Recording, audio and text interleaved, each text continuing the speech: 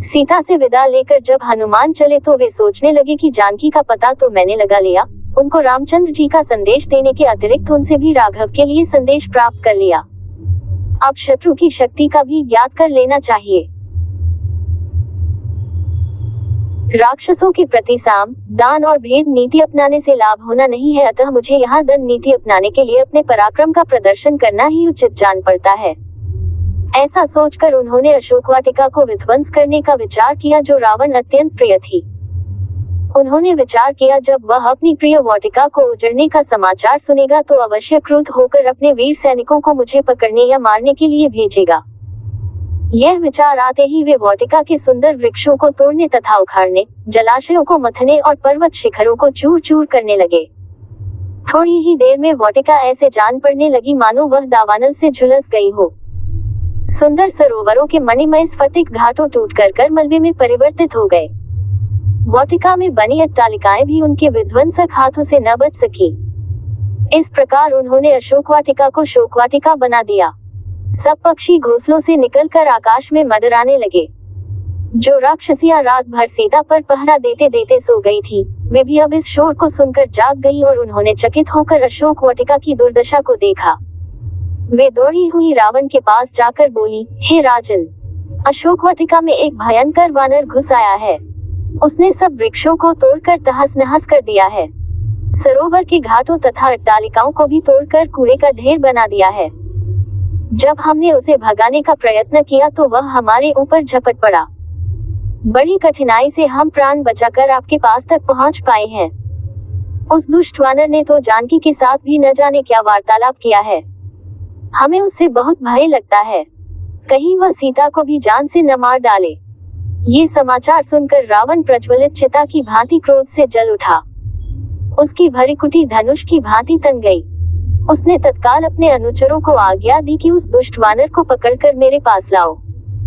रावण की आज्ञा मिलते ही 80,000 राक्षस नाना प्रकार के अस्त्र शस्त्र और लोहे की श्रृंखला लेकर उस उत्पाती वानर को पकड़ने के लिए चल पड़े। विचित्र गदाओं, परिधों आदि से युक्त वे वेगवान राक्षस अशोक वाटिका के द्वार पर खड़े हुए वानरवीर हनुमान जी पर चारों ओर से इस प्रकार झपटे मानो पतंगे आग पर टूट पड़े हों। तब पर्वत के समान विशाल शरीर वाले तेजस्वी हनुमान ने उच्च स्वर में घोषणा की, महाबली श्री राम तथा लक्ष्मण की जय हो।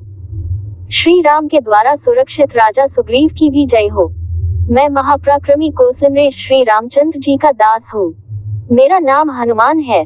मैं वायु का पुत्र, शत्रुओं का संहार करने वाला हूँ। तुम मेरे पराक्रम का सामना नहीं कर सकते। मैं लंकापुरी को तहस नहस कर डालूंगा।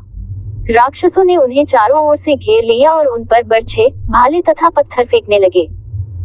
ये देखकर क्रोध हनुमान ने कुछ की लातों घूंसों से पिटाई की और कुछ को अपने नाखूनों तथा दांतों से चीर डाला।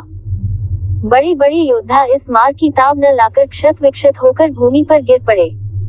जो अधिक साहसी थे, वे प्राणों का मोह त्याग कर हनुमान पर टूट पड़े। तभी उन्होंने एक छलांग लगाई और तोरण द्वार से एक लोहे की छड़ निकाल ली।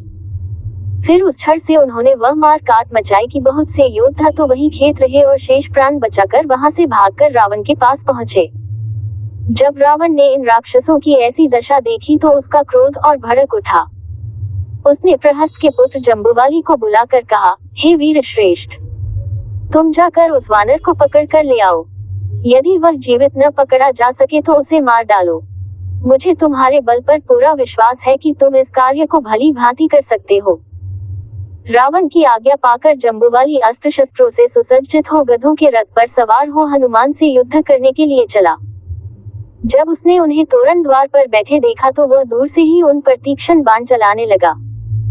जब कुछ बाण पवनपुत्र के शरीर को छेदने लगे तो उन्होंने पास पड़ी हुई एक पाषाण शिला को उखाड़कर जम्बूवाली की ओर निशाना साधकर फेंका। उस विशाल शिला को अपनी ओर आते देख उस वीर राक्षस ने फुर्ती से 10 बाण छोड़कर उसको चूर चूर कर डाला। जब हनुमान ने उस शिला को इस प्रकार टूटते देखा तो उन्होंने तत्काल एक विशाल वृक्ष को उखाड़कर राक्षसों पर आक्रमण करना आरंभ कर दिया, जिससे बहुत से राक्षस मरकर और कुछ घायल होकर वहीं धराशायी हो गए। अपने सैनिकों को इस प्रकार मरते देख जम्बूवाली ने एक साथ 4 बाण छोड़कर उसका वृक्ष काट डाला और फिर 10 बाण छोड़कर हनुमान को घायल कर दिया। जब हनुमान के शरीर से रक्तधारा प्रवाहित होने लगी तो उन्हें बहुत क्रोध आया और वे एक राक्षस से लोहे का मूसल छीनकर जम्बूवाली पर उससे धड़ाधड़ आक्रमण करने लगे, जिससे उसके घोड़े मर गए, रथ चकनाचूर हो गया और वह स्वयं भी निष्प्राण होकर पृथ्वी पर जा पड़ा।